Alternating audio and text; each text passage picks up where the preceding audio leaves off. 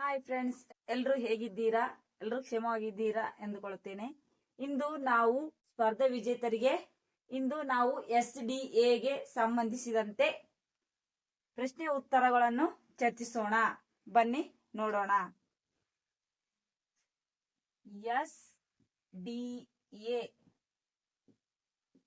SDA ಅಂದ್ರೆ second division assistant ಅಂತ ಅರ್ಥ.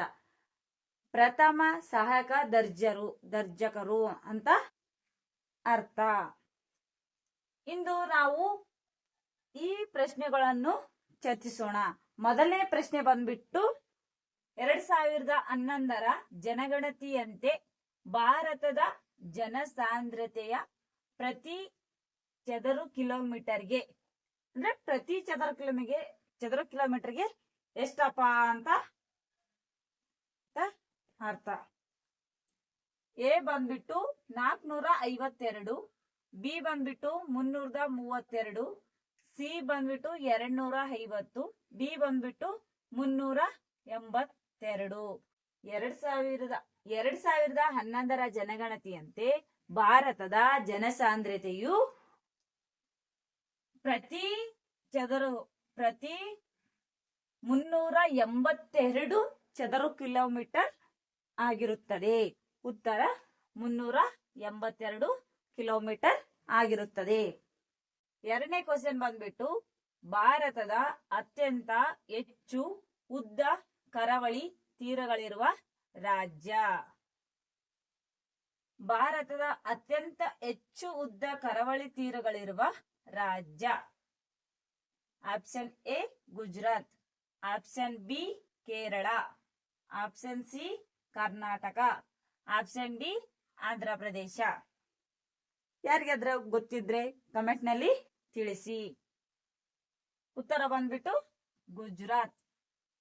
ಅಂದ್ರೆ ಭಾರತದ ಅತ್ಯಂತ ಹೆಚ್ಚು ಉದ್ದ ಕರಾವಳಿ ತೀರ ಇರುವ ರಾಜ್ಯ ಅಂದ್ರೆ ಗುಜರಾತ್. ಗುಜರಾತ್ ಮೊದಲನೇ ಕರಾವಳಿ ತೀರವಾಗಿರುತ್ತದೆ. ಅಂದ್ರೆ 16 ಕಿಲೋಮೀಟರ್ ಉದ್ದವನ್ನು ಇದು ಹೊಂದಿರುತ್ತದೆ. ಎಷ್ಟು? 16,000 ಕಿಲೋಮೀಟರ್ ಗುಜರಾತ್ ಹೊಂದಿರುತ್ತದೆ. ಅದೇ ರೀತಿ ಎರಡನೇ ಸ್ಥಾನದಲ್ಲಿ ಆಂಧ್ರ ಪ್ರದೇಶ ಇರುತ್ತದೆ.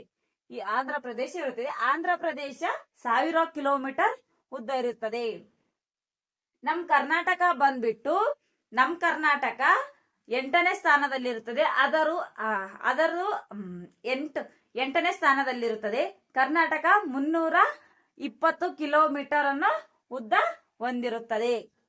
ಮೂರನೇ ಪ್ರಶ್ನೆ, ಇತ್ತೀಚಿನ ಸರ್ವೇಕ್ಷಣದಲ್ಲಿ ಭಾರತ ಸ್ವಚ್ಛ ನಗರವೆಂದು ಮೊದಲ ಶ್ರೇಣಿ ಪಡೆದ ನಗರ. Option A Rajkot, option B Indore, Kozhikode, D Ambika Nagar. ಇದರ ಉತ್ತರ ಇಂದೂರ್. ಅಂದ್ರೆ ಮಧ್ಯಪ್ರದೇಶದ ನಗರ ಇಂದೂರ್ ಮೊದಲ ಶ್ರೇಣಿ ಪಡೆದಿರುತ್ತದೆ. ಅಂದ್ರೆ ಸರ್ವೇಕ್ಷಣದಲ್ಲಿ ಭಾರತ ಸ್ವಚ್ಛ ನಗರವೆಂದು ಮೊದಲ ಶ್ರೇಣಿ ಪಡೆದ ನಗರ ಇಂದೂರ್ ಆಗಿರುತ್ತದೆ. ಪ್ರಶ್ನೆ 4, ಪ್ರಪಂಚದ ಅತ್ಯಂತ ದೊಡ್ಡ ಮರುಭೂಮಿ. ಅಂದ್ರೆ ಪ್ರಪಂಚದ ದೊಡ್ಡ ಮರುಭೂಮಿ ಯಾವುದಪ್ಪ ಅಂದ್ರೆ option A Arabia, option B Kalahari, option C great Victoria, option D Sahara. ಇದರ ಉತ್ತರ ಡಿ. ಅಂದ್ರೆ ಪ್ರಪಂಚದ ಅತ್ಯಂತ ದೊಡ್ಡ ಮರುಭೂಮಿ ಸಹಾರಾ. ಸಹಾರಾ ಎಷ್ಟು ವಿಸ್ತೀರ್ಣ ಹೊಂದಿರ್ತಾವಪ್ಪ ಅಂತಂದ್ರೆ ಸಹಾರಾ 94 ಚದರ ಕಿಲೋಮೀಟರ್ ವಿಸ್ತೀರ್ಣವನ್ನು ಸಹಾರಾ ಹೊಂದಿರುತ್ತದೆ. ಅಂದ್ರೆ ಸಹಾರಾ ಮರುಭೂಮಿ 94 ಕಿಲೋಮೀಟರ್ ಅಂದ್ರೆ ಚದರ ಕಿಲೋಮೀಟರ್ ಅನ್ನು ಸಹಾರಾ ಹೊಂದಿರುತ್ತದೆ. ಇಂದು 5ನೇ ಪ್ರಶ್ನೆ, ಈ ಕೆಳಗಿನ ಯಾವ ಬೆಳೆಯನ್ನು ಹರಪ್ಪ ನಾಗರಿಕತೆಯಲ್ಲಿ ಬೆಳೆಯುತ್ತಿರಲಿಲ್ಲ? ಆಪ್ಷನ್ ಎ ಸಾಸಿವೆ, option B barley, option C ಕಬ್ಬು, ಆಪ್ಷನ್ ಡಿ ಎಳ್ಳು. ಇದರ ಉತ್ತರ ಕಬ್ಬು. ಹರಪ್ಪ ನಾಗರಿಕತೆ ಅಂದ್ರೆ ನಮ್ಗೆ ತಟ್ಟನೆ ನೆನಪಾಗುತ್ತದೆ. ಹರಪ್ಪ ನಾಗರಿಕತೆ ಇನ್ನು ಯಾರಿಗ್ ಗೊತ್ತಿಲ್ಲ ಅಂತ ಅಂತಾರೆ. ಮೊದಲನೇ ನಾಗರಿಕತೆನೇ ಹರಪ್ಪ ನಾಗರಿಕತೆ.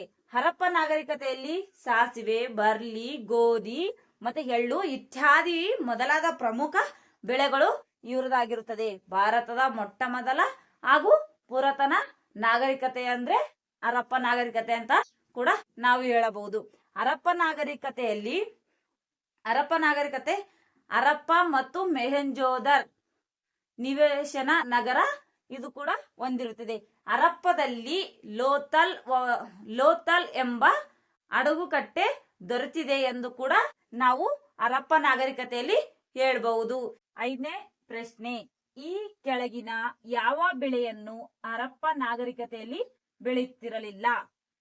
ಆಪ್ಷನ್ ಎ ಸಾಸಿವೆ, option B barley, option C ಕಬ್ಬು, ಆಪ್ಷನ್ ಡಿ ಎಳ್ಳು. ಇದರ ಉತ್ತರ ಕಬ್ಬು.